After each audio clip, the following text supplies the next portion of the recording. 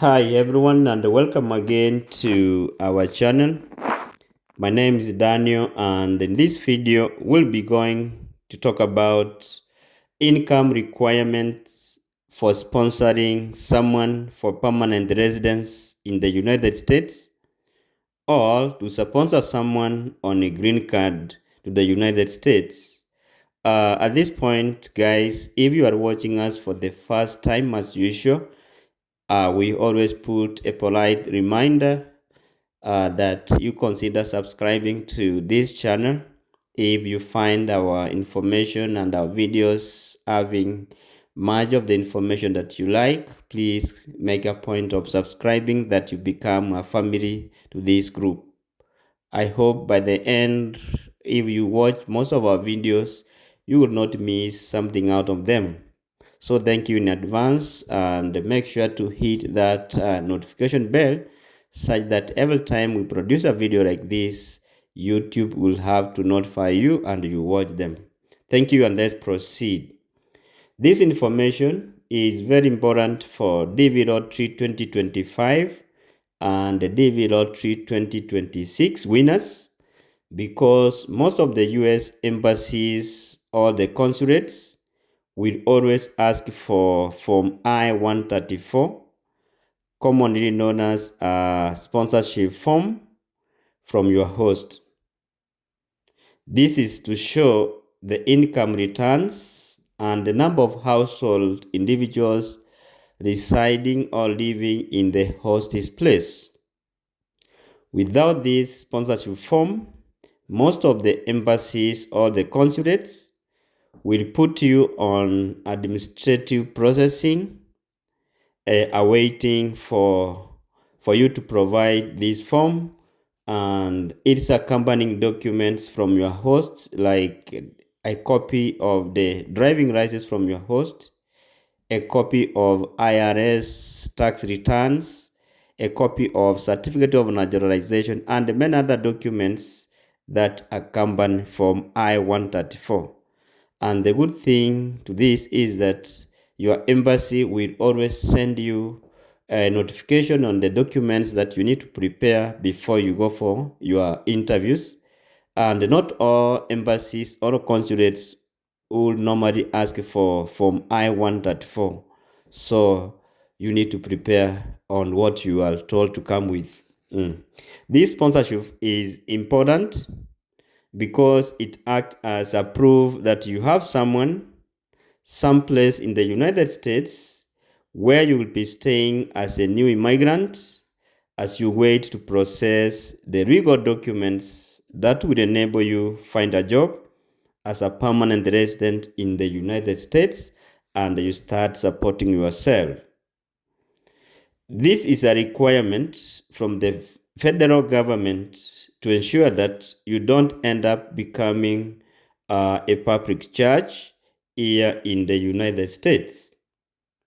Therefore, to sponsor a relative for a green card, you must demonstrate that you have sufficient financial resources to support both your household and the migrants who you are sponsoring to come to the United States. The US government has set specific income requirements based on federal poverty guidelines for one to sponsor an immigrant, and failing to meet this requirement can result to visa delays or denials of the green card application. So you need to be very keen on this and make sure that if you are planning to sponsor someone to come to the United States under the green card or a spouse, you must have to meet the minimum income requirement as per the federal government. And when calculating whether you meet the income requirements for the green card sponsorship, you need to know the size of your household. The household size here has 5 components.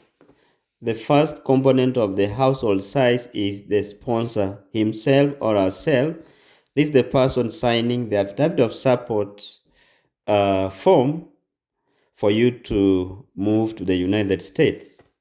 The second component is the green card applicant.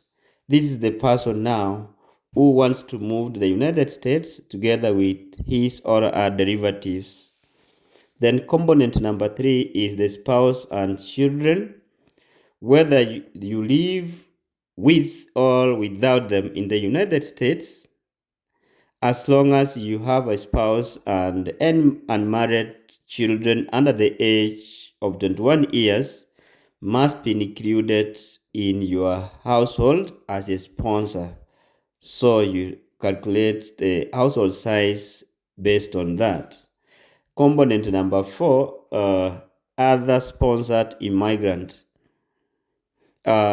In this case, you may get that your host had previously sponsored someone or some people to come to the United States under his or her care, and they have not moved from his or her apartment or house, so they are still under his name. Therefore, they also are counted as people who are part of his or household size. Component number 5, other dependents. These are individuals claimed as dependents on your host's tax returns, such as children and other family members that are normally found in your host's return. For example, if you are sponsoring your spouse and you have 2 children, your household size will be 4. That is yourself, your spouse, and your 2 kids. And each additional family member increases the minimum income requirement you must meet for you to sponsor that person. For example, the minimum income household of a family of 2, and if you are a non-military member, it is $25,550 per annum as per January 2025. But for the active duty military members, the minimum income requirement is lower. For sponsoring a family of 2, you need like $20,440 per annum. For a family of 3, non-military, you need 32,775, and for military, you need 25,820. For a family of 4, non-military, you need 39,000, while military member, you need 31,000.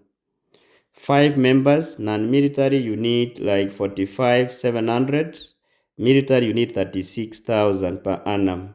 6 members, you need like 50,000 per annum, and military, you need 41. To sponsor 7 members, a family of 7, non-military, you need like 59,000.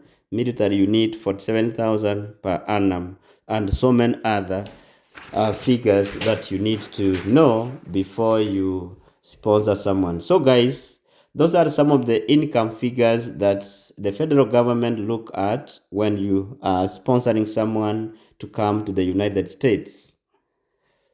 So the type of sponsor or host that you will be looking for to host you in the United States will depend on your family size and your host's family size, plus your host's income. So those are the things that you need to look for when you are looking for someone who is going to host you with your family or with your derivatives in the United States. So guys, it's a challenge to get a host that will accommodate you with your family, but you keep on trying. Then you can make arrangements at one, or you can move in parts, and at the end you settle down before the 6 months are over in your visas. Thank you guys for watching our videos and subscribing to our channel. May God bless you as you keep on trying the DV lottery and another US visas in future. Thank you, and see you in our next video. Bye bye. See you next. Bye bye.